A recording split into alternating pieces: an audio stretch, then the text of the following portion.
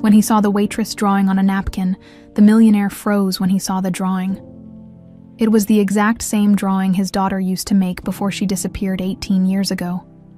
Samuel Hargrove's polished shoes clicked against the marble floor of luminescent Chicago's most exclusive restaurant. The maitre d' greeted him with practiced deference. "Your usual table, Mr. Hargrove." Samuel nodded, his expression impassive. The staff knew better than to engage him in conversation. Not on May 7th for 18 years. He had dined alone on this date, a ritual of remembrance that no business emergency or social obligation could interrupt. As he settled into his corner table, positioned to give him a view of the entire restaurant while remaining somewhat secluded, Samuel adjusted his perfectly tailored suit jacket. At 55, he still maintained the disciplined physique of a much younger man, though strands of silver now dominated his once dark hair. The only sign of his inner turmoil was the slight tightening around his eyes as he glanced at his watch. 7:18 p.m., the exact time Madison had been discovered missing from her bedroom. "Good evening, sir. May I get you something to drink while you look at the menu?" Samuel looked up to see a young woman, perhaps in her early 20s, with chestnut hair pulled back into a neat ponytail. Her name tag read Megan. She wasn't his usual server. "McAllen, 25. Neat," he replied, his voice low and controlled. "And I won't need the menu. I'll have the filet, medium rare." "Of course, sir," Megan replied with a genuine smile that momentarily pierced through Samuel's carefully constructed wall. She didn't seem intimidated by him. Unlike most people, while waiting for his scotch, Samuel reflexively checked his phone. Scrolling through emails from his executive team, Hargrove Industries had just acquired its third pharmaceutical company this year, adding to the sprawling corporate empire he had built. Business success had been his refuge, the one arena where control was possible when his personal life had been shattered beyond repair. When Megan returned with his drink, Samuel noticed something unusual. During the lull in service, she had stepped aside to the server station and was absently sketching on a napkin. Most waitstaff at Luminescent would never risk being caught doing anything but attending to guests, but she seemed lost in her own world. Pen moving with quick, confident strokes, his curiosity piqued. Samuel observed her between sips of his scotch. There was something vaguely familiar about her concentrated expression, the slight furrow between her brows as she drew, when she moved to serve another table, leaving her napkin behind. Samuel found himself inexplicably drawn to it. He waited until the staff moved away from the station. Then, with a casualness that belied his racing heart, he approached and glanced down at the napkin. The glass of scotch nearly slipped from his hand. Staring back at him was a haunting image he hadn't seen in 18 years. A small girl holding hands with what appeared to be a bird, floating beneath a crescent moon. The drawing was simple but executed with an uncanny precision. The girl's hair flowing as if underwater, the bird's wings slightly extended. Samuel's throat tightened. This specific image had been Madison's obsession. His 5-year-old daughter had drawn it countless times before she vanished. On paper, in her coloring books, even on her bedroom wall once with crayons. The police had documented it during their investigation. But the drawing had never been released to the media. It was a detail known only to the immediate family and the investigators. Yet here it was, casually sketched by a young waitress who couldn't possibly have any connection to his daughter's case. Samuel returned to his table, his mind racing.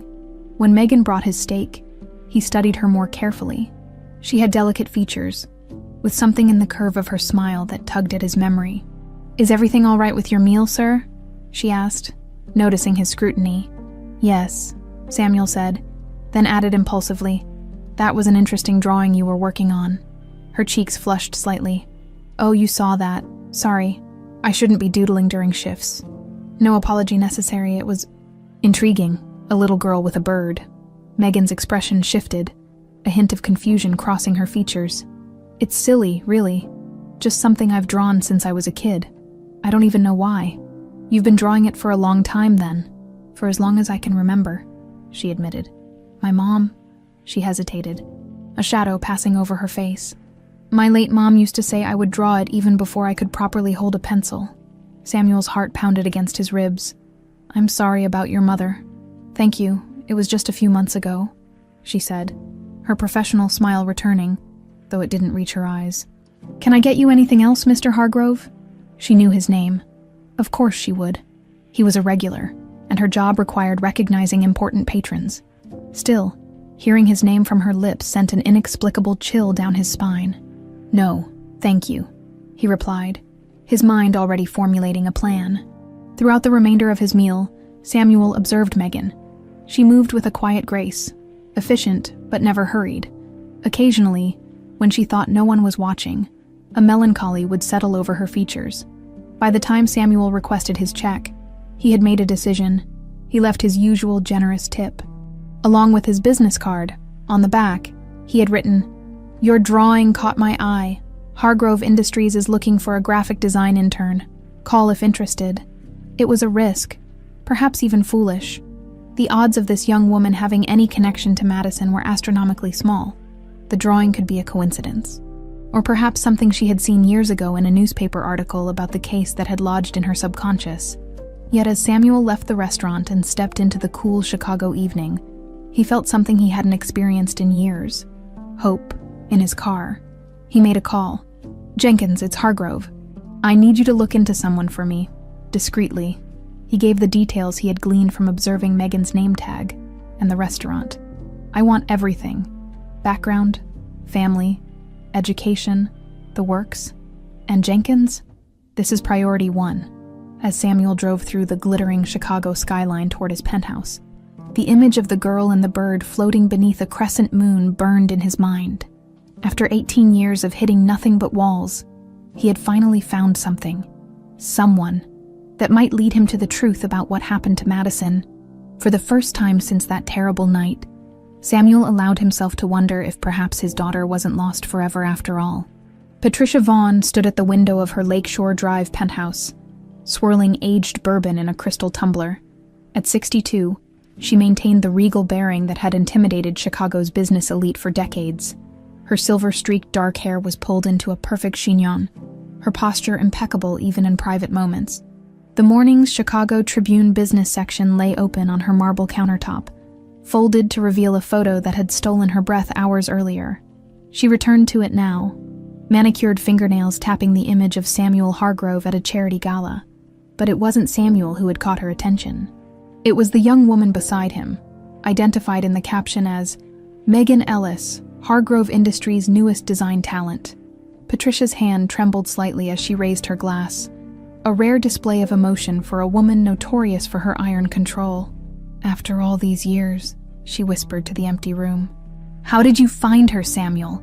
The intercom buzzed, pulling her from her thoughts.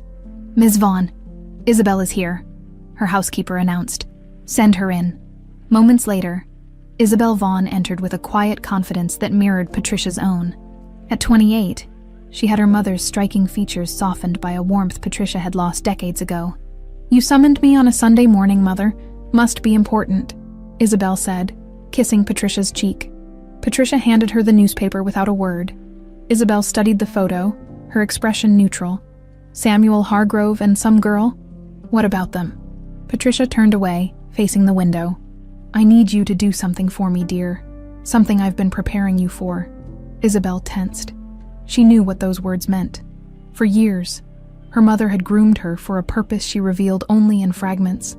Something related to her vendetta against Samuel Hargrove and the rivalry between Vaughn Pharmaceuticals and Hargrove Industries. "It's time," Patricia continued. "I've arranged for you to be placed in Samuel's company. His executive assistant just received an irresistible offer from a competitor. You want me to spy on Hargrove?" Isabel clarified, her voice carefully level. "I want you to watch him. And more importantly, I want you to watch that girl." Isabel's eyes returned to the photo. "What's so special about her?" Patricia's face hardened. "That's what you're going to find out." In a modest apartment on Chicago's west side, Megan Ellis woke with a start, her heart racing. The dream had come again. Crashing waves, a child's terrified scream, and the strange figure of a bird against a crescent moon. She pushed tangled hair from her face and checked her phone. 5 missed calls from an unknown number. It was Sunday, her only day off, and she'd planned to spend it sorting through her mother's belongings, a task she'd been postponing for months. The phone rang again. Megan hesitated before answering. "Miss Ellis, this is Clara Jenkins from Hargrove Industries. Mr. Hargrove was quite impressed with your design sensibilities and would like to meet with you today if possible. Megan blinked in confusion. My design? You mean my doodles on napkins? Mr. Hargrove has an eye for talent, Clara replied smoothly. Would noon work for you? Still half asleep, Megan agreed. After hanging up, she stared at the sketchbook on her nightstand. The same image filled pages upon pages. The girl with the bird under a crescent moon. She'd been drawing it compulsively since childhood, a habit her mother had alternately encouraged and seemed disturbed by. It's just your imagination, sweetheart, Ellen Ellis had always said. Though something in her eyes suggested otherwise, Megan showered quickly, her mind racing. Why would a billionaire CEO be interested in her drawings? She'd studied art in community college, but had dropped out when her mother got sick. Now, at 23, she was just a waitress with unfulfilled dreams. As she dressed, Megan's gaze fell on the box of her mother's papers she'd been avoiding. On impulse, she knelt beside it, digging through old bills and photographs. At the bottom, she found a small worn envelope with her name written in her mother's handwriting. Inside was a single sheet of paper. My dearest Megan, if you're reading this, I'm gone. There are things I should have told you long ago. Your nightmares, your drawings, they're not just dreams. Before you were Megan, you were... The note ended abruptly, as if her mother had been interrupted while writing it. Megan's hands shook as she turned the paper over, searching for more, but found nothing. Before you were Megan, you were... What? Samuel Hargrove reviewed the file his private investigator had compiled overnight. Megan Ellis, 23, born to Ellen Ellis, single mother, in a small town 3 hours from Chicago. No father listed on the birth certificate. Moved to Chicago 5 years ago. Ellen Ellis, deceased 3 months prior. Cancer. No other family. The timeline fit. The age fit. But Samuel needed more. His intercom buzzed. Sir, Miss, Jenkins called. Miss Ellis has agreed to meet you at noon. Thank you. Anna? And has security prepared the package I requested? Yes, sir. The water bottle with the interior coating is ready. Samuel hated the subterfuge, but he needed DNA. A simple test would tell him if Megan Ellis was his daughter, Madison Hargrove.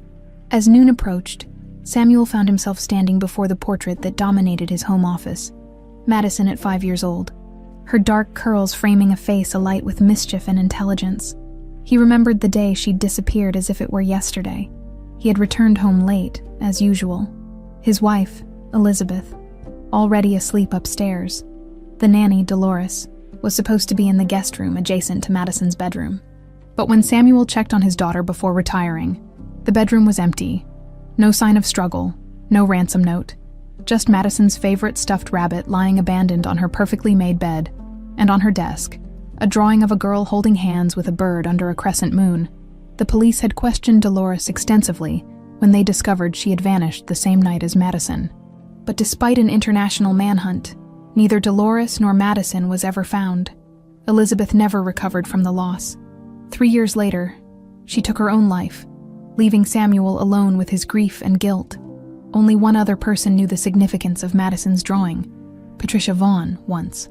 Long ago, before either had built their corporate empires, they had been more than rivals. Much more. Samuel's thoughts were interrupted by his phone vibrating, a text from an unknown number. She looks just like Elizabeth, doesn't she? Be careful what you dig up, Samuel. Some graves should remain undisturbed. Samuel's blood ran cold. Only one person would send such a message. Patricia Vaughn had somehow discovered his interest in Megan Ellis, and if Patricia was concerned enough to break their decades-long silence, it could only mean one thing. Megan Ellis was significant, and Patricia knew why. The intercom buzzed again. Sir, Miss Ellis has arrived.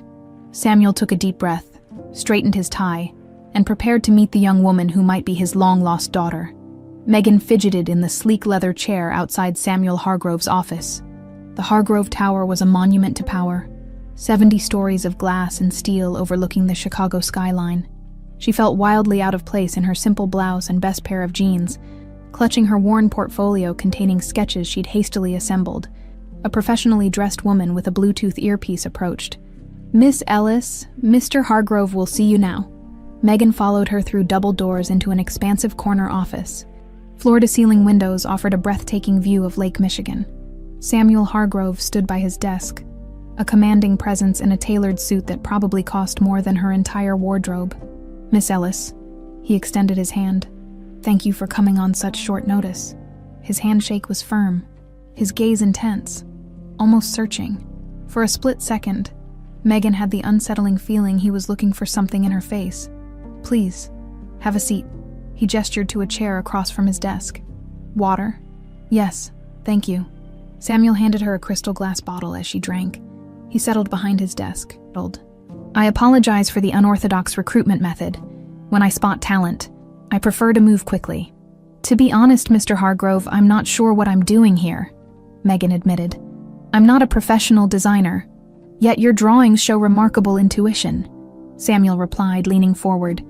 "May I see your portfolio?" Megan handed it over.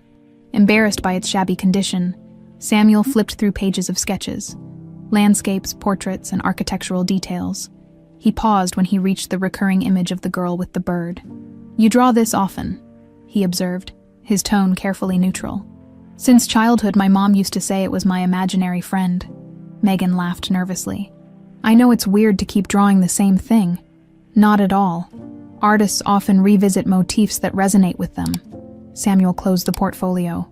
"Tell me about yourself, Miss Ellis." "There's not much to tell. I grew up in Oakfield, moved to Chicago with my mom for better opportunities, studied art for a while before dropping out when she got sick." Megan hesitated. "She passed away 3 months ago." "I'm sorry for your loss," Samuel said, and something in his expression made Megan believe he genuinely meant it. "No other family. None that I know of. It was always just Mom and me." Samuel nodded, his expression unreadable. "What do you know about Hargrove Industries?" "Miss Ellis, honestly, not much beyond what I've read in the news. Pharmaceuticals, medical technologies, biotech research." She trailed off. "We're also expanding our corporate identity," Samuel said smoothly. "Our marketing department needs fresh visual concepts. Would you be interested in an entry-level design position?" Megan's eyes widened. "Are you offering me a job?" "Think of it as a paid internship, 3 months to start, with potential for permanent placement. But why me? There must be qualified designers lining up for opportunities here." Samuel leaned back. "Sometimes talent appears in unexpected places. The question is, are you interested?" Megan hesitated only briefly. Her waitressing job barely covered rent. "Yes, Mr. Hargrove, I'm definitely interested." "Excellent. You'll start tomorrow. My assistant will handle the paperwork." He stood, indicating the meeting was over. "One more thing. That drawing, the girl with the bird. Has anyone ever commented on it?" "Just my mother," Megan replied. "She seemed to have a strange relationship with it. Sometimes she encouraged me to draw it. Other times she'd get upset when she saw it." Something flickered in Samuel's eyes. "Interesting. Well, welcome to Hargrove Industries, Miss Ellis." In a dimly lit apartment across town, an elderly woman watched a small television. Her gray hair was tied back in a simple bun, her weathered hands holding a cup of tea. To anyone passing by, she would look like any other retired woman living out her golden years in modest comfort. Only her eyes betrayed something different: alert, intelligent, and burdened with secrets. On the screen, a local news segment showed Samuel Hargrove entering a charity event. Beside him walked a young woman with chestnut hair. The cup in Dolores Martinez's hands trembled, spilling tea onto her worn carpet. "Dios mío," she whispered. Little Madison, after 18 years of hiding, of watching from the shadows, her worst fear had come true. Samuel had found the girl. Dolores turned off the television and moved to a small desk. From a locked drawer, she extracted a weathered journal and began to write. If Samuel had found Madison, no, Megan now, then Patricia Vaughn wouldn't be far behind. And when that happened, the girl would need to know the truth. All of it. Patricia Vaughn's office at Vaughn Pharmaceuticals occupied the top floor of a building that deliberately stood 2 stories taller than Hargrove Tower. A petty but satisfying architectural one-upmanship that perfectly embodied their decades-long rivalry. Her assistant entered with a tablet. "Ms. Vaughn, I have the information you requested on Megan Ellis." Patricia took the tablet, scanning through employment records, medical history, and social media accounts. Nothing extraordinary. until she reached a scanned copy of a birth certificate, Ellen Ellis. Mother, father unknown. Date of birth, Patricia asked sharply. Just over 5 years after Madison Hargrove's disappearance. Patricia's lips thinned. And the DNA. Our source at the lab says Mr. Hargrove submitted samples today, results expected within 48 hours. Patricia handed back the tablet. Move forward with the plan. I want Isabel inside Hargrove Industries by tomorrow. Yes, Ms. Vaughn. And the other matter. Patricia walked to her window, looking out at Hargrove Tower in the distance. Arrange for Mrs. Ellis to be invited to the art exhibition this weekend. I want to see this girl for myself. When her assistant left, Patricia turned to an antique cabinet and unlocked it with a key. She kept on a chain around her neck. Inside lay a single item, a small, faded drawing of a girl holding hands with a bird under a crescent moon. She traced the image with her fingertip, memories washing over her. A younger Samuel, a forbidden love. A symbol they had created together during a summer that changed everything. Oh, Samuel, she whispered. You still don't understand what you set in motion. The next morning, Megan arrived at Hargrove Tower 15 minutes early. Clutching a coffee and trying to calm her nerves, the security guard directed her to Har, where she spent an hour signing forms and receiving her employee badge. By mid-morning, she was settled at a desk in the marketing department, surrounded by state-of-the-art design equipment that made her community college lab look prehistoric. Her department head, a brisk woman named Janet, dropped a folder on her desk. Welcome aboard, Ellis. Mr. Hargrove has assigned you to our rebranding project. Specifically, he wants concepts for the children's hospital wing that Hargrove is funding. Megan opened the folder, scanning the brief, a healing environment for children, incorporating elements of hope and imagination. Just so you know, Janet added, lowering her voice. It's unusual for Mr. Hargrove to take such personal interest in a new hire. Whatever impressed him, keep it up. After Janet left, Megan opened her sketchbook. Her fingers moved automatically, drawing the familiar outline of a girl and a bird beneath a crescent moon, for the first time. She wondered if the image that had haunted her since childhood might be more than just imagination. Across the office, a newly hired executive assistant watched her with careful eyes. Isabel Vaughn adjusted her glasses and straightened her impeccable blazer as she prepared for her first face-to-face meeting with Samuel Hargrove. After only 3 days as his executive assistant, she had already recognized the inconsistencies in his behavior. The ruthless businessman who terrified boardrooms was uncharacteristically gentle when interacting with the new design intern, Megan Ellis. Mr. Hargrove will see you now. Anna, the departing assistant Isabel was replacing, announced as she emerged from his office. Remember, he likes his coffee black, no sugar, and always have a pen ready. He hates searching for one. Isabel nodded gratefully. Anna had no idea she was coaching a spy. Samuel looked up from his desk as Isabel entered, his sharp eyes assessing her. Miss Vaughn, I trust your orientation has been thorough. Yes, sir. Anna has been extremely helpful. Good. Your references were impeccable, though I admit I was surprised someone with your qualifications would be interested in an assistant position. Isabel had a carefully crafted response ready. I believe in learning organizations from the ground up, Mr. Hargrove. There's no better vantage point than working directly with leadership. Samuel studied her for a moment longer than comfortable. Well said. I have meetings until 2. Then I need you to arrange a tour of the design department. I want to check on the children's hospital wing project. Of course. Anything specific you're looking for in the designs? Samuel's expression remained neutral, but Isabel caught the slight tension in his jaw. Just making sure our new talent is settling in. As Isabel left his office, she typed a quick, encrypted message on her phone. He's checking on her daily, something beyond professional interest. Across the building in the design department, Megan was struggling to focus. The nightmare had returned last night, more vivid than ever. Crashing waves, a woman's desperate voice. Run, Madison, and then the bird flying toward a crescent moon. She jolted when someone touched her shoulder. Whoa, easy there, just me, said a friendly voice. Megan looked up to find a handsome young man in a tailored suit smiling down at her. He appeared to be in his late 20s, with warm brown eyes and an easy smile. Sorry, I was miles away, she admitted. Caleb Foster. He introduced himself, extending his hand. VP of Strategic Development. Though that's just a fancy way of saying I help Mr. Hargrove with special projects. Megan shook his hand. Megan Ellis, new design intern. Though that's just a fancy way of saying I have no idea what I'm doing here. Caleb laughed. Honesty? Refreshing. He glanced at her monitor where she'd been working on concepts for the children's hospital wing. These are good. Really good. Thanks. I'm still trying to figure out what Mr. Hargrove is looking for.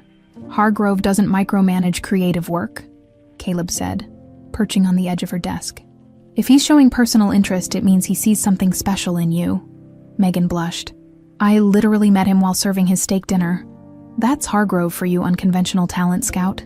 Caleb's expression turned more serious. Listen, a few of us are grabbing drinks after work at Archer's across the street.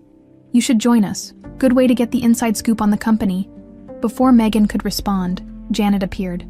Ellis, I need those preliminary sketches by 3. Mr. Hargrove is coming to review them. She eyed Caleb suspiciously. Don't you have acquisition targets to analyze, Foster? Caleb grinned. Unfazed. Just welcoming our newest talent, Janet. To Megan, he added. Think about those drinks. Before sauntering away, Janet rolled her eyes. Be careful with that one. He's charming, but he's also Hargrove's protege. Nothing he does is without purpose. As Janet walked away, Megan returned to her sketches. Almost unconsciously, she had incorporated elements of her recurring dream image into the children's hospital designs. Not the exact girl and bird, but subtle echoes in the curved lines of the play areas and the moon-shaped reading nooks. She didn't notice Isabel watching her from across the room. Taking photos with her phone, Samuel stood in his private lab on the secure 57th floor of Hargrove Tower, a space few employees knew existed. Dr. Lin Chen, his head of genetic research, looked up from her microscope. The results are conclusive, Mr. Hargrove, she said, handing him a tablet. The DNA from the water bottle matches your sample at 99,998%. Megan Ellis is your biological daughter. Even though he had suspected, hoped, for this outcome, the confirmation hit Samuel like a physical blow. He gripped the edge of the lab table to steady himself. Are you all right, sir? Dr. Chen asked, concern in her voice. Yes, he managed. You're certain? No possibility of error. None. I ran the test 3 times personally, she hesitated. Mr. Hargrove, may I ask why? No, you may not, Samuel interrupted, his voice sharp. This stays between us, Dr. Chen. Not a word to anyone, understood? After leaving the lab, Samuel went directly to his private elevator. He needed space to process the information. Madison, his Madison, was alive. She had been working as a waitress just miles from his home, and now she sat in his building, unaware of her true identity. The elevator doors opened to reveal Isabel Vaughn. Mr. Hargrove, I was just coming to find you. You asked me to remind you about the design department tour. Samuel checked his watch. Right, thank you, Miss Vaughn. He studied her face carefully. There was something vaguely familiar about her features, though he couldn't place it. How are you finding Hargrove Industries so far? Fascinating, Isabel replied smoothly. Especially your approach to nurturing new talent. That design intern, for instance. Bringing someone in with no formal training is quite unconventional. Samuel's expression hardened. I value potential over credentials, Miss Vaughn. Remember that. As they walked toward the design department, Samuel noticed Isabel checking her phone frequently. A suspicion began to form in his mind. Dolores Martinez sat on a park bench across from Hargrove Tower, a scarf covering her gray hair. Despite the mild weather, through binoculars disguised as reading glasses, she observed Megan leaving the building. 18 years of hiding, of watching from a distance, ensuring Megan now, was safe. 18 years of carrying the burden of what really happened that night. Dolores had been more than the Hargrove family's nanny. She had been Elizabeth Hargrove's confidant, the keeper of secrets too dangerous to share. When she discovered Patricia Vaughn's plan to take Madison, she had made an impossible choice. Now, as Samuel Hargrove closed in on the truth, Dolores knew her time in the shadows was ending. She had to decide, continue hiding or return to reveal everything, including the parts Samuel wouldn't want to hear. Her phone buzzed with a news alert. Vaughn Pharmaceuticals announces major breakthrough in memory recovery treatment. Alongside the headline was a photo of Patricia Vaughn, elegant and imposing as ever, her smile not reaching her calculating eyes. Dolores's blood ran cold. It wasn't coincidence. Patricia was making her move. The fragile piece Dolores had sacrificed everything to maintain was unraveling. As she watched Megan walk to the subway station, unaware of the forces circling around her, Dolores made her decision. It was time to come out of hiding for Megan's sake, and for the promise she had made to Elizabeth all those years ago. The bar at Archer's hummed with after-work energy as Megan nursed her gin and tonic. Caleb sat beside her, casually leaning in as he shared office gossip. 3 other Hargrove employees, 2 designers and an account manager, completed their circle. But Megan noticed how they deferred to Caleb, laughing a little too eagerly at his jokes. "So there's Hargrove, facing down this arrogant startup CEO," Caleb was saying, and he just calmly slides over a folder containing every patent infringement his company had committed. The guy went white as a sheet. "Is he always so intense?" Megan asked. Something flickered behind Caleb's easy smile. Hargrove's complicated, brilliant businessman, demanding boss. He lowered his voice. Lost his daughter about 20 years ago. Wife killed herself a few years later. He's never been the same from what the old-timers say. Megan's chest tightened unexpectedly. "That's awful. What's truly bizarre," added Sophie, one of the designers, "is how personally invested he seems in your work. Janet's freaking out trying to figure out why the big boss is suddenly micromanaging our department." Caleb's eyes studied Megan with new interest. "What did you show him that impressed him so much?" Before Megan could answer, her phone buzzed, a text from an unknown number. "We need to talk about your mother and what she never told you. Corner of Wabash and Monroe. Tomorrow, 10 a.m. "Everything okay?" Caleb asked, noticing her expression. "Just weird spam," Megan lied, tucking her phone away. "Listen, I should head out. Early start tomorrow. I'll walk you to your train," Caleb offered. Standing outside, the Chicago evening buzzed with energy. Caleb walked close beside her, his arm occasionally brushing hers. "So, the real reason Hargrove's watching you," he said casually. "Word is he's planning something big with the Children's Hospital project. Career-making stuff. For a VP of Strategic Development, you're weirdly interested in a design internship," Megan observed. Caleb laughed. "Busted. I'm supposed to be Hargrove's eyes and ears? He asked me to check on you. Why would he do that? No idea. But when the boss asks, I deliver." They stopped at the subway entrance. "Though now that I've met you, I'm finding myself genuinely interested." His smile was warm, inviting. Megan hesitated. Despite his charm, something felt calculated about Caleb Foster. "Good night, Caleb. Thanks for the insider info." As she descended into the subway, Megan didn't notice the sedan parked across the street, or the camera capturing her interaction with Caleb. Samuel Hargrove studied the security footage from his home office. His private investigator, Jenkins, stood silently at his side. "Tell me what you found," Samuel demanded. Pausing the video showing Caleb and Megan outside the bar, Jenkins placed a folder on the desk. Ellen Ellis moved to Oakfield 18 years ago. Previously, no record of her existence. She enrolled Megan in kindergarten, claiming homeschooling before that. No birth certificate was filed until Megan was 6, highly unusual. And the house, purchased with cash through a shell corporation. I traced it back through several layers.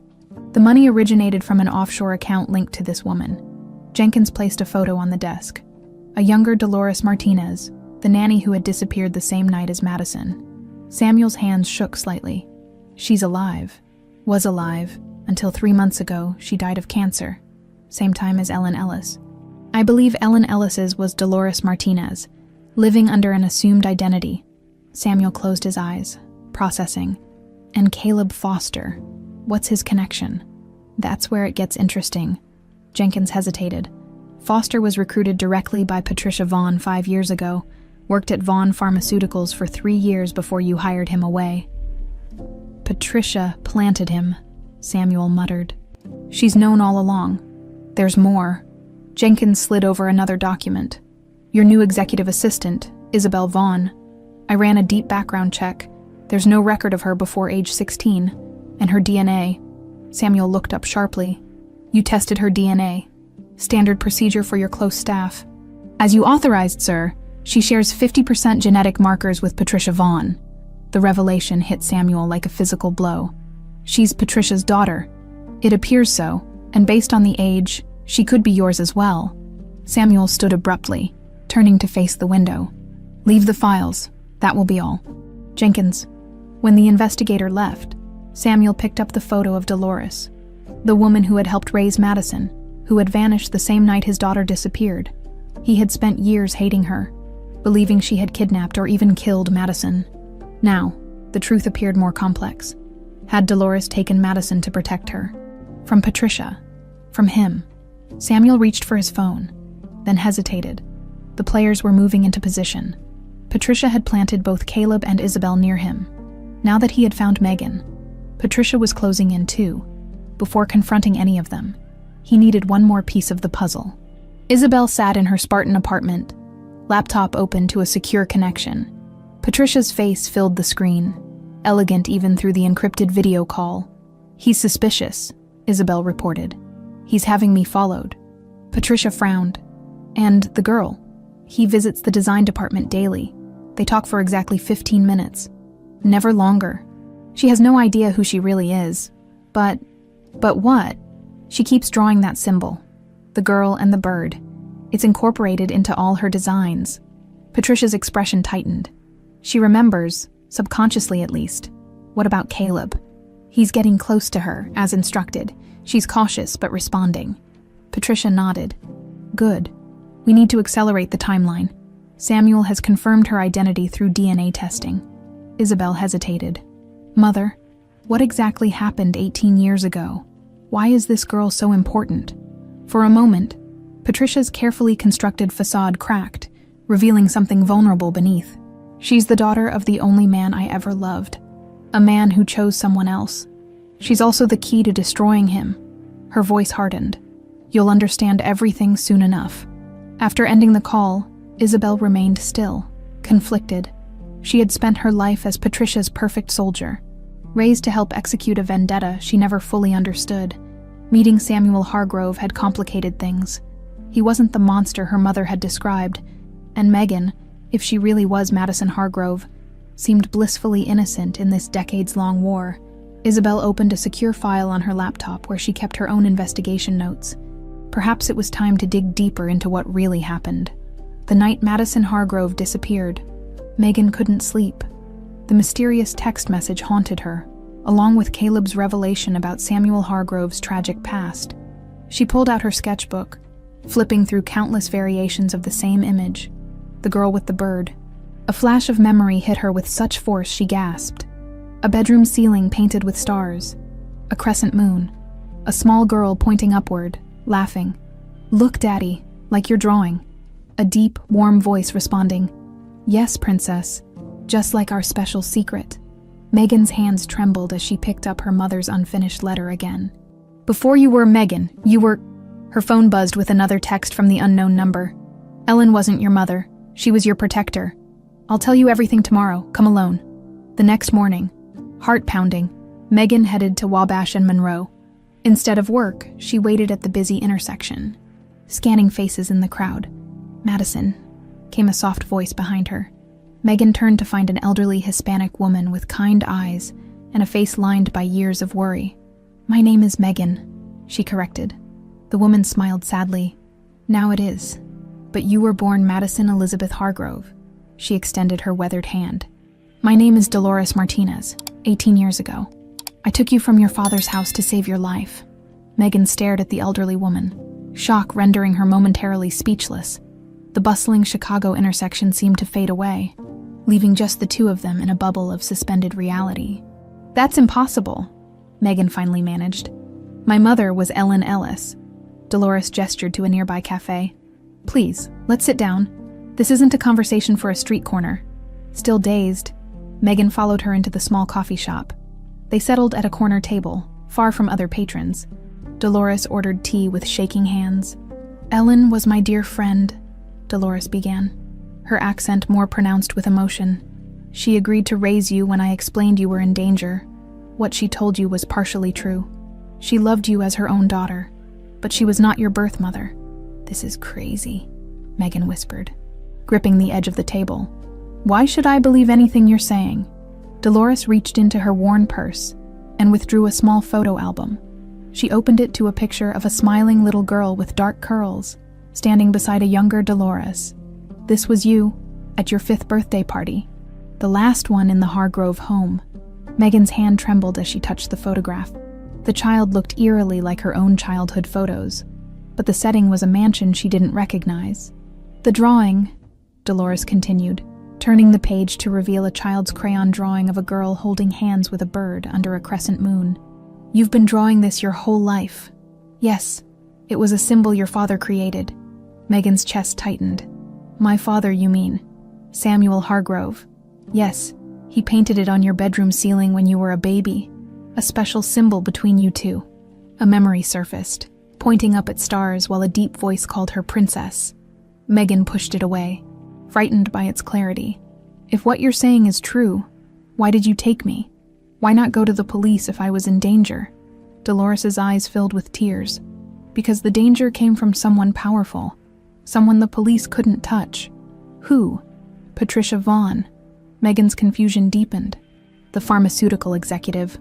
Why would she want to harm me?" "Revenge," Dolores replied simply. "Against your father for choosing your mother over her." Samuel Hargrove sat in his office, staring at the empty chair across from his desk where Megan should have been for their daily meeting. His assistant had reported she hadn't shown up for work, hadn't called in sick. "Sir," Isabel stood in the doorway. Still no word from Miss Ellis. Samuel studied Isabel's face. Patricia's daughter, possibly his own. The revelation had kept him awake all night.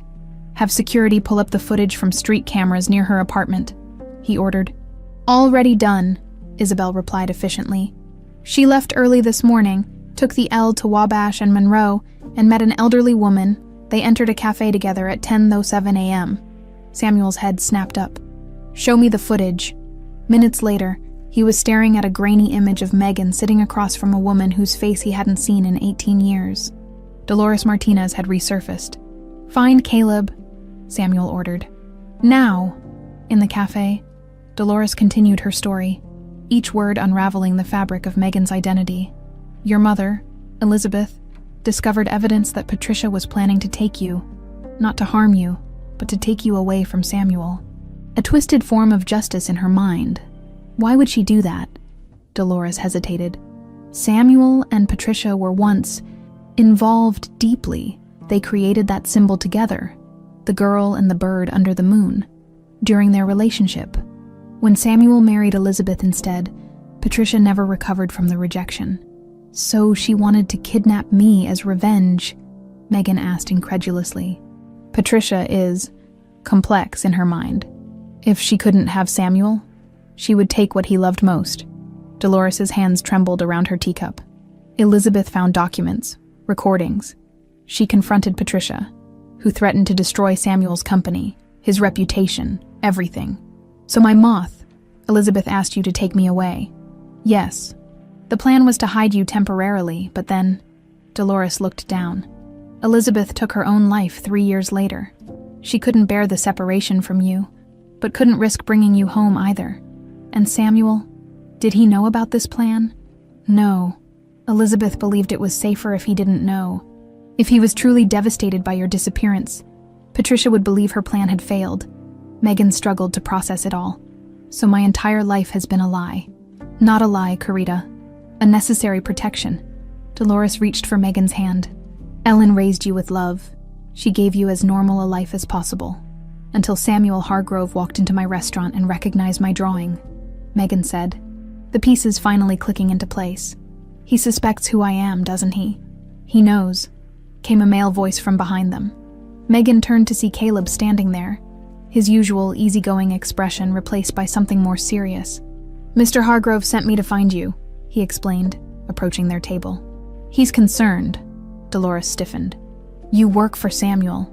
"Officially," Caleb replied, sliding into the seat beside Megan. "Unofficially, it's complicated. You're Patricia's spy," Dolores said flatly. Caleb didn't deny it. "I was, but the situation has evolved." He turned to Megan. Mr. Hargrove confirmed your identity through DNA testing. You are Madison Hargrove.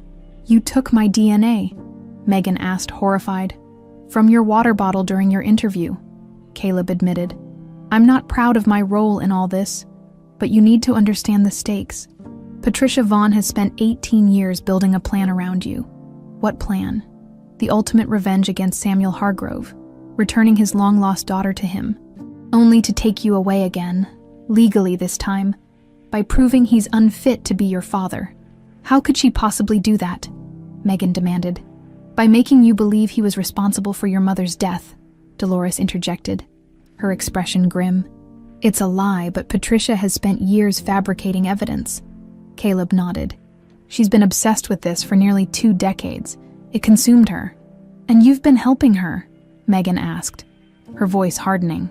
I was recruited from graduate school, told I'd be helping right a historical wrong. By the time I realized the truth was more complicated, I was already implicated. He looked genuinely regretful. But I'm trying to make it right now. Why should I trust you? You shouldn't, Caleb replied honestly. You shouldn't trust any of us. We've all been using you as a pawn in a game you didn't know you were playing. Dolores straightened in her chair. We need to go somewhere safe. Patricia will know I've contacted you by now. How would she know that? Megan asked. Because I told her, Caleb admitted, before I came here, but I didn't tell her where you are. We have maybe an hour before she figures it out.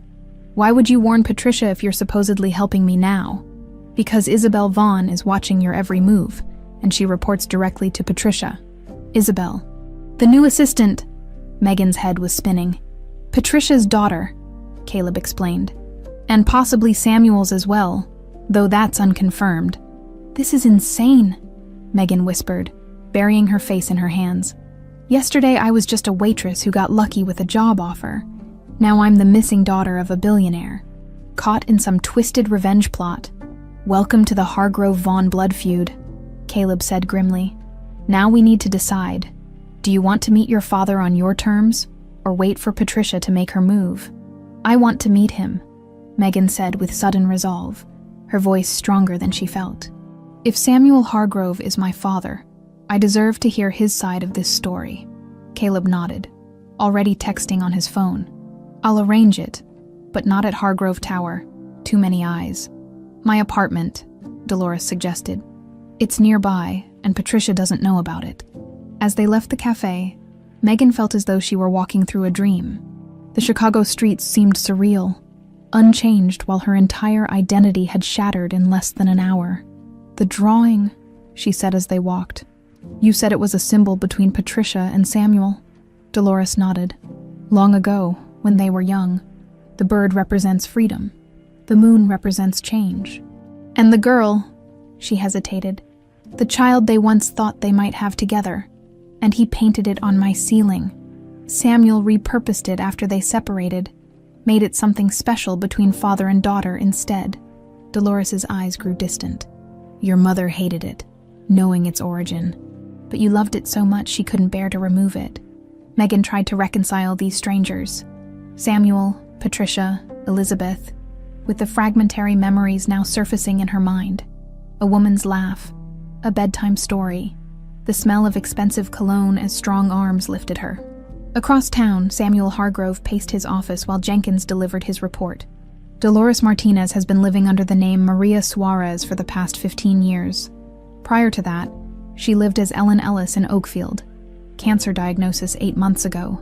Stage 4. Samuel absorbed this information. So she came back to make things right before she died.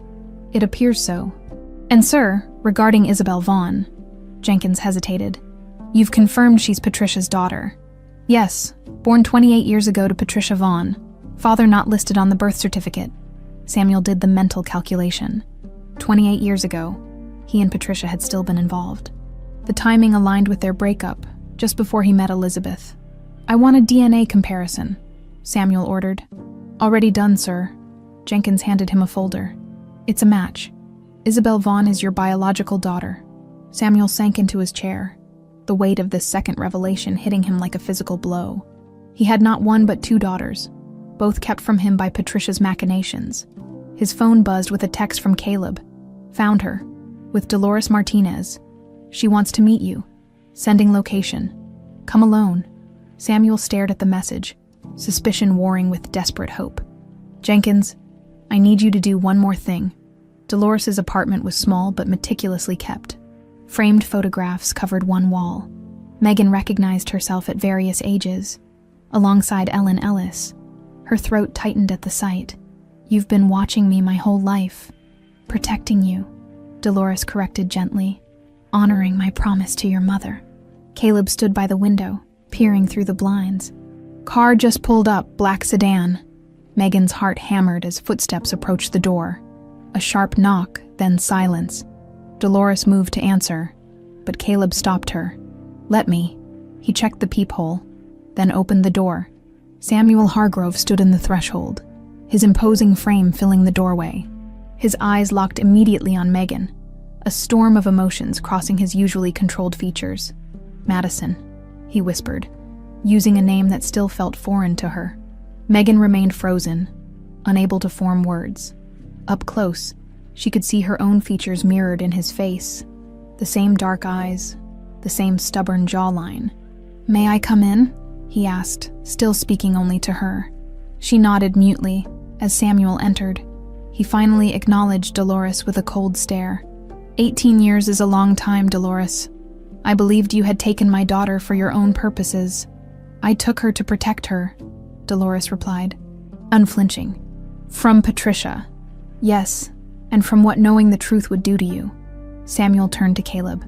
And you? Whose side are you really on? Caleb met his gaze steadily. Initially Patricia's. Now I'm just trying to prevent more collateral damage. Samuel nodded, accepting this for now, and turned back to Megan. His expression softened. I have so much to tell you, to ask you. But first, I need you to know I never stopped looking for you. Not for a single day. Megan swallowed hard. Did you know about the danger from Patricia? No, Samuel admitted. Elizabeth never told me her suspicions. If she had, you would have confronted Patricia directly, Dolores interjected. And she would have destroyed you. As she threatened, Elizabeth chose to protect both of you. By faking our daughter's kidnapping. Samuel's voice rose. By letting me believe Madison was dead for 18 years. The original plan was temporary, Dolores explained, just until Elizabeth could gather enough evidence against Patricia. But then, she took her own life, Samuel finished, his voice hollow. Megan tried to process this tangle of deceptions. So, my mother, Elizabeth, committed suicide because she couldn't bear being separated from me, but couldn't risk bringing me home either. Samuel nodded grimly. She left a note saying she had failed you, but I never understood what she meant. He turned to Dolores. You should have come to me after Elizabeth died. Patricia was still watching you, Dolores replied. She would have found Madison immediately by then. The child had settled into her new life as Megan. I chose not to disrupt her again. Samuel's jaw tightened. That wasn't your decision to make. No, Dolores acknowledged. But I made it anyway. The tension in the room was palpable, until Caleb's phone buzzed. His expression turned grim as he read the message. We have a problem. Isabel just texted Patricia that Samuel left Hargrove Tower unexpectedly. She's trying to track his location. Samuel's eyes narrowed. Isabel, my own daughter, spying on me. What? Megan gasped. Another of Patricia's secrets, Samuel explained bitterly. Isabel is apparently my daughter with Patricia, born after we separated, kept hidden from me until now. That's impossible, Dolores interrupted. Patricia couldn't have children. That's why... She stopped abruptly. Why what? Samuel demanded. That's why she was so obsessed with Madison. If she couldn't have her own child with you, she would take yours. Caleb looked up from his phone again. Whatever the truth about Isabel, Patricia is mobilizing. We need to move. Back to Hargrove Tower, Samuel decided. The executive floor is secure. We can figure out our next steps there. As they prepared to leave, Megan moved to the wall of photographs, touching one of herself at age 6, blowing out birthday candles with Ellen beside her. She really loved me, Megan said softly. Yes, Dolores confirmed. Ellen sacrificed everything to keep you safe, just as Elizabeth did. And this drawing, Megan pulled out her sketchbook, opening to the familiar image. It's been trying to tell me something all these years. Samuel approached, looking down at the drawing with a mix of pain and wonder. When you were small, you would stand under that ceiling mural and point up, saying it was Daddy's special secret. You couldn't know how right you were. Megan met his gaze, seeing the raw emotion there. I still don't remember everything, but I'm starting to. Dreams, fragments. They're becoming clearer. We have time, Samuel said gently. If you'll allow it, I'd like to help you recover those memories. After we deal with Patricia, Caleb interrupted, checking his watch. She's not going to give up 18 years of planning without a fight. As they left the apartment, Megan felt caught between worlds. The comfortable life she'd known as Megan Ellis and the truth of her existence as Madison Hargrove. One certainty emerged from the chaos. The drawing that had haunted her for decades wasn't just a random childhood fixation. It was a map leading her home. The private elevator to Samuel's executive floor required biometric authentication. As they ascended, Megan stood awkwardly next to the father she'd just discovered, surrounded by strangers who knew more about her life than she did. How much of my hiring was just about confirming who I was? She asked Samuel. He met her gaze directly. I suspected the moment I saw your drawing the job offer was expedient. At least you're honest about it, Megan muttered. I've had many faults in my life, but dishonesty isn't one of them. Samuel's voice was firm but gentle. That's the difference between Patricia and me. She builds her power on deception. I prefer direct confrontation. The elevator doors opened to reveal a startled Isabel standing with a stack of files. Her composed expression faltered at the sight of Megan, Caleb, and Dolores accompanying Samuel. Sir, I wasn't expecting you back today, she managed, her eyes darting nervously between them. Clearly, Samuel replied coolly. My office now. Samuel's corner office featured floor-to-ceiling windows and sleek, minimalist furniture. As everyone filed in, he pressed a button that frosted the glass walls, ensuring privacy. I believe introductions are in order, Samuel said, his voice dangerously calm as he faced Isabel. Madison, meet Isabel Vaughn, Patricia's daughter and apparently my own. Isabel's face paled. You know, DNA doesn't lie. Neither do phone records showing your regular communications with Patricia. Samuel's expression hardened. What I don't know is why my own daughter would spy on me for the woman who tore our family apart. Isabel stood straighter, defiance replacing shock. I was raised to believe you abandoned my mother when she told you she was pregnant, that you threatened to destroy her if she ever revealed my existence. And you never questioned this narrative, Samuel asked. Would you question the only parent you've ever known? Isabel shot back. Megan felt a strange kinship with this woman, both raised on carefully constructed lies, both pawns in a game they hadn't chosen. Patricia couldn't have children, Dolores interrupted quietly. It's why she was so devastated when you chose Elizabeth, Samuel. Elizabeth could give you what she couldn't. Isabel's expression faltered. That's not true. I'm her biological daughter. I've seen my birth certificate. Birth certificates can be falsified, Caleb pointed out. I deserve to know the truth, Isabel insisted, turning to Samuel. Am I your daughter or not? Genetically, yes, Samuel confirmed. But I never knew you existed until yesterday. Megan watched this exchange with growing unease. If Patricia couldn't have children, where did Isabel come from? A heavy silence fell over the room as the implications settled. A surrogate, Dolores whispered, horrified realization dawning. Patricia would have access to the best fertility specialists. But she would need, Caleb began, genetic material, Samuel finished grimly, from both parents. Isabel sank into a chair, her composure cracking. Are you suggesting she created me as some kind of project without your knowledge? It would explain why she kept you hidden for 16 years, then carefully crafted your introduction into the world, Samuel said. You weren't just her daughter. You were a contingency plan. Megan felt sick at the calculated cruelty. So while she was plotting to steal me from you, she was creating another child as backup. Patricia doesn't leave anything to chance, Caleb confirmed. She always has multiple strategies in play. Isabel pulled out her phone with shaking hands. I need to hear this from her. Wait, Samuel said sharply. If you contact her now, she'll know we're onto her. Isn't that the point? Isabel snapped. To confront her about these lies. Not yet, Samuel replied. First, we need all the facts, and we need to be prepared for her response.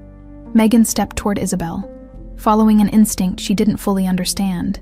He's right. I know what it's like to have your entire identity questioned in a single day. But rushing into confrontation won't help. Isabel studied Megan with new interest. How are you so calm about all this?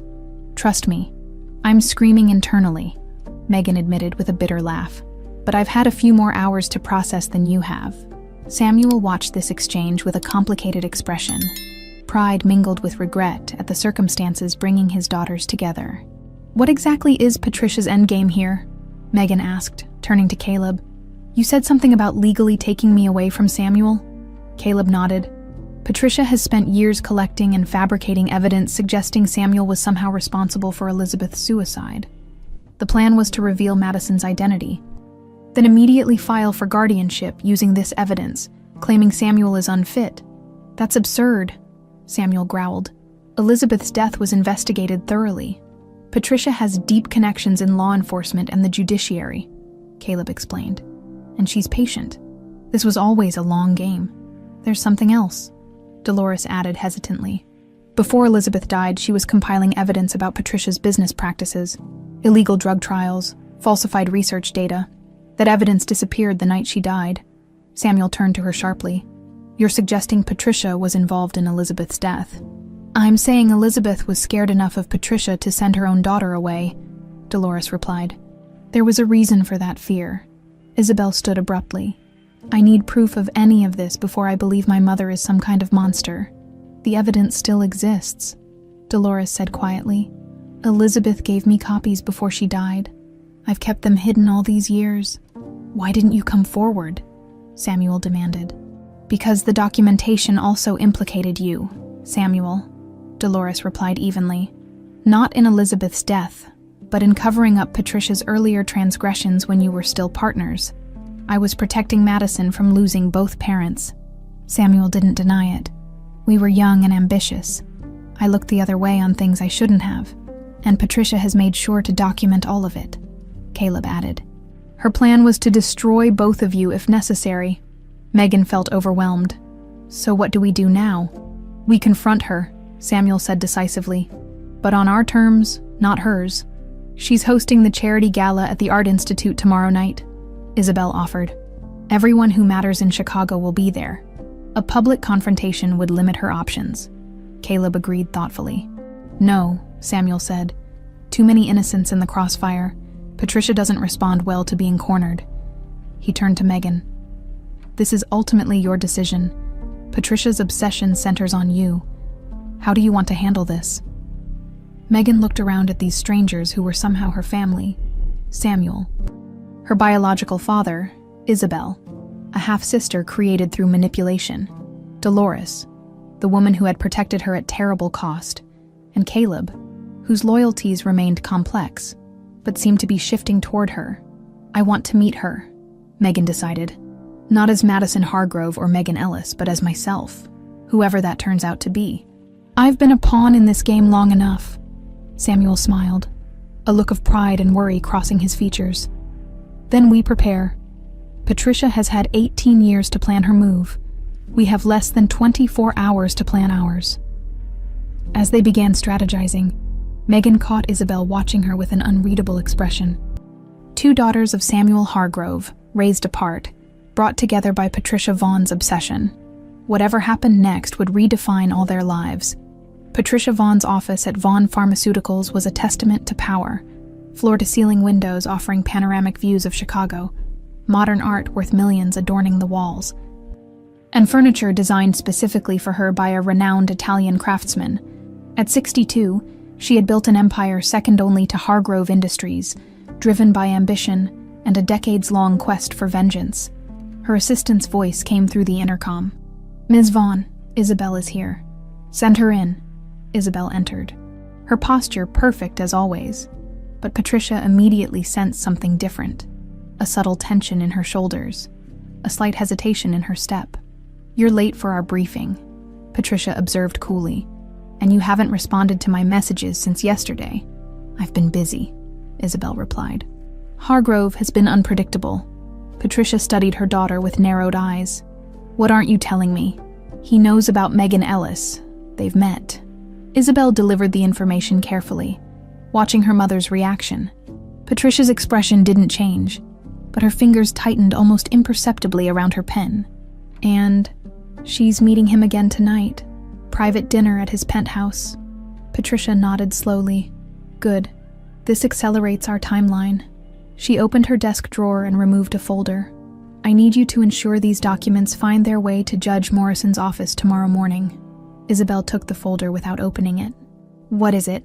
Evidence that will guarantee me guardianship over Madison Hargrove once her identity becomes public. Patricia's smile was cold. Samuel's history of negligence, emotional instability after Elizabeth's death, questionable business ethics. More than enough to convince the court that Madison would be better off in my care.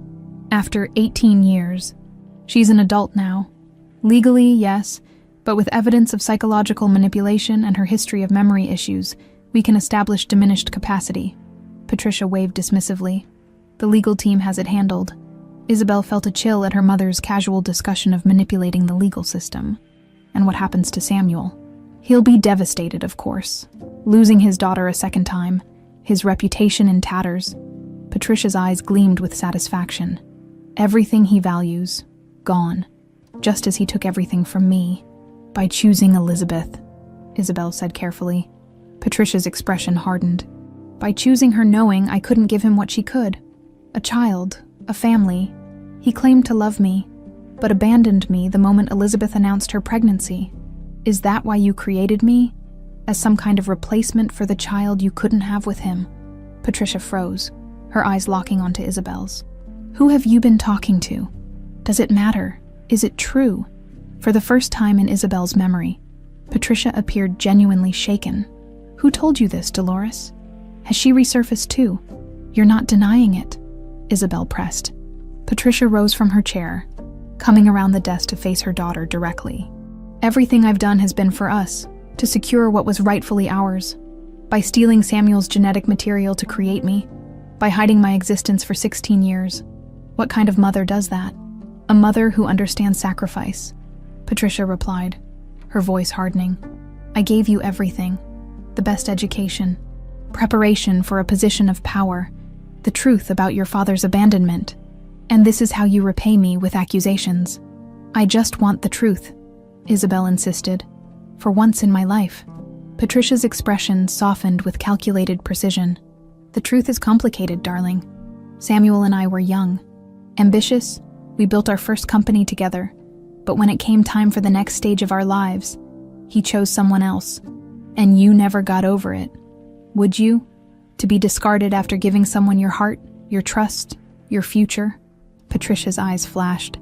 When I discovered I couldn't have children naturally, it destroyed me. Samuel knew how desperately I wanted a family. So you took his child. I created a family in the only way left to me. Patricia touched Isabel's cheek. You've always been my greatest achievement. The daughter we should have had together. Isabel stepped back from her mother's touch.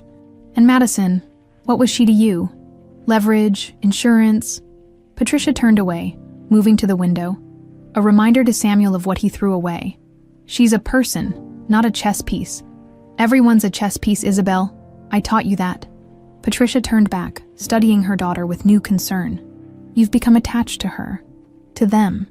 I've seen a different side of Samuel than the monster you described, and Madison. She's innocent in all this. Patricia's expression hardened. No one connected to Samuel Hargrove is innocent. Remember that? Her phone buzzed. She checked the message, a subtle smile curving her lips. It seems our timeline has accelerated even further. Samuel has requested a meeting tonight. Here, at the house, just him and me. Patricia looked pleased. He's desperate to negotiate for his daughter. And you'll do what?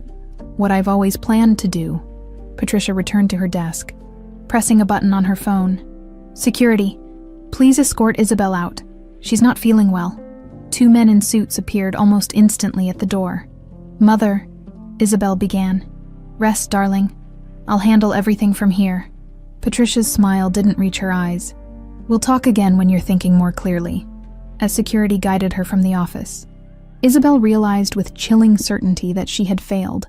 Her attempt to extract information had only accelerated Patricia's plans. And now Samuel was walking straight into a trap.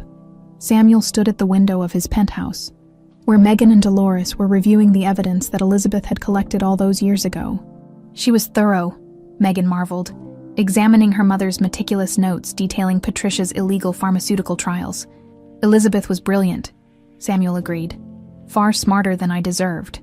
Caleb entered the room, phone in hand. Isabel just texted. Patricia took the bait. She's expecting you alone at her estate tonight. And Isabel, under house arrest. Essentially, security escorted her out after she started asking questions. Samuel nodded grimly. Then we proceed as planned. Megan looked up from the documents. Are you sure about this? Patricia is dangerous. Which is precisely why we need to contain this confrontation. Samuel checked his watch. Jenkins will pick you up in 30 minutes, remember? You only come in if you get my signal.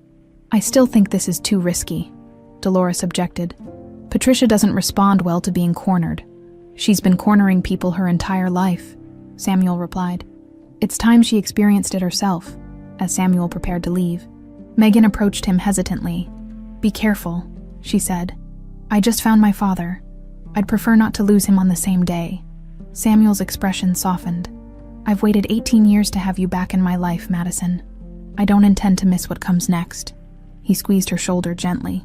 Not quite a hug, but a promise of more to come. Before departing, Caleb moved to the window, watching Samuel's car pull away. Patricia will have planned for every contingency.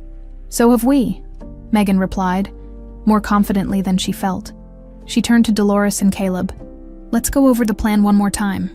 As they reviewed their strategy, Megan couldn't shake a growing sense of dread.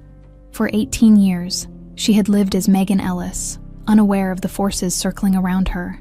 Tonight, she would finally confront the woman who had orchestrated her separation from her family, and discover whether Madison Hargrove could ever truly come home. 1 year later, the morning sun streamed through the windows of the newly constructed Hargrove Vaughan Foundation for Abandoned Children. Madison, who now comfortably answered to both Madison and Megan, depending on who was addressing her, stood in the central atrium, examining the massive mural that dominated the wall. Her mural, her vision, the image depicted a stylized girl with flowing hair holding hands with a bird, floating beneath a crescent moon. But unlike her childhood drawings, this version had evolved. The girl now stood at the center of a circle of figures representing family, some close, others at a distance, but all connected by delicate golden threads. It's magnificent, came a voice behind her. Madison turned to find Samuel, her father, observing her work with undisguised pride. At 56, he looked younger than when she had first reconnected with him. The burden of 18 years of searching finally lifted from his shoulders. I still can't believe we pulled this off, Madison said, gesturing to the building around them. From bitter rivals to business partners in less than a year, Samuel chuckled. The Hargrove Vaughan Foundation. Your mother would have appreciated the irony. They shared a moment of comfortable silence, still growing accustomed to their relationship but finding it easier with each passing day. Is Patricia coming to the opening ceremony? Madison asked. Her doctors have approved a few hours away from the treatment center, Samuel confirmed. Isabel is bringing her. Patricia's journey over the past year had been complicated. The confrontation at her estate that night had ended, not with the dramatic showdown everyone expected, but with something more unexpected: collapse. When faced with both of Samuel's daughters and the evidence Elizabeth had collected, Patricia had suffered a severe panic attack that led to her hospitalization. The subsequent psychiatric evaluation had revealed what those closest to her had long suspected. Patricia's obsession with Samuel and her elaborate revenge plans stemmed from untreated mental illness, exacerbated by grief and isolation. How's her therapy going? Madison asked. Isabel says she's making progress. Acknowledging her actions has been difficult. Samuel's expression was complex. Not quite forgiveness, but no longer consumed by bitterness. The foundation was actually her idea, part of making amends. Madison nodded, as someone who had spent her entire life creating art from a symbol born of love turned to obsession. She understood the power of transformation. And how are things between you and Isabel? Samuel smiled. Better each day. We're both learning. She's been instrumental in restructuring Vaughn Pharmaceuticals while Patricia focuses on her recovery. Madison checked her watch. I should finish my final inspection before the guests arrive. As she walked through the building's bright corridors, Madison marveled at how much had changed in a year. The foundation would provide support for children separated from their families through various circumstances, a cause deeply personal to everyone involved. In one of the therapy rooms, she found Dolores arranging art supplies. At 74, she had declined formal employment, but volunteered regularly, finding purpose in helping children process trauma through creative expression. "It's perfect," Madison said, gesturing to the carefully organized materials. Dolores smiled warmly. "Ellen would be proud of you, Carita. Both your mothers would." Madison had spent months coming to terms with her complex family history. Ellen Ellis, who had raised her with love despite the unusual circumstances. Elizabeth Hargrove, her birth mother who had made the ultimate sacrifice to protect her. Dolores, who had been a guardian shadow throughout her life. And even Patricia, whose obsession had shaped her existence in ways she was still discovering. "Have you seen Caleb?" Madison asked. "He was supposed to be reviewing the security protocols one last time. On the roof garden, I believe," Dolores replied with a knowing smile. Madison found him exactly where Dolores had suggested, standing by the railing overlooking Chicago's skyline. In the year since the truth had come out, Caleb had transitioned from Patricia's reluctant spy to Samuel's trusted employee, heading up the foundation's security and outreach programs. And somewhere along the way, he and Madison had found something neither expected, a connection that had deepened from cautious friendship to something more. "Admiring your kingdom," she teased, joining him at the railing. Caleb turned, his smile warming at the sight of her. "Just thinking about how unlikely all this is. A year ago, we were pawns in a decades-long revenge plot. Now we're opening a foundation together. Life is strange that way." Madison leaned against the railing beside him. "Speaking of strange, Isabel mentioned you've been acting secretive lately. Something you want to share?" Caleb looked momentarily flustered, unusual for someone normally so composed. "Actually, yes, but I was saving it for after the ceremony." He hesitated. "Unless you want to know now." Madison studied his nervous expression with growing curiosity. "Now I'm intrigued." Caleb took a deep breath. "I've been working with Samuel on something, a project of sorts." "What kind of project requires secret meetings with my father?" Instead of answering, Caleb reached into his pocket and withdrew a small velvet box. Madison's breath caught. "I wanted to do this properly," Caleb explained, suddenly earnest. "Ask permission, plan something special. But now that you're looking at me with those suspicious eyes," he opened the box to reveal a ring with a unique design, a small crescent moon studded with diamonds. "Madison Hargrove, or Megan Ellis, whichever you prefer, will you marry me? Not to merge family empires or heal old wounds, but simply because I love you." For a moment, Madison was speechless, overwhelmed by the simple truth that her life, so long defined by secrets and hidden identities, had somehow found its way to this moment of perfect clarity. "Yes," she whispered, then laughed as Caleb's face broke into a relieved smile. "Though I'm not sure how I feel about you conspiring with my father. He had some ideas about the ring design," Caleb admitted, sliding it onto her finger. "But he made me promise our children would grow up without the weight of family rivalry or secrets." "Our children," Madison repeated, testing the words. Once, the thought of continuing the Hargrove lineage would have terrified her. Now, it felt like reclaiming something that had been stolen, not just from her, but from all of them. Voices from below indicated the first guests were arriving for the opening ceremony. Madison leaned in to kiss Caleb quickly before pulling back. "We should go down. History awaits." As they returned to the main atrium, Madison spotted Isabel helping Patricia from a car.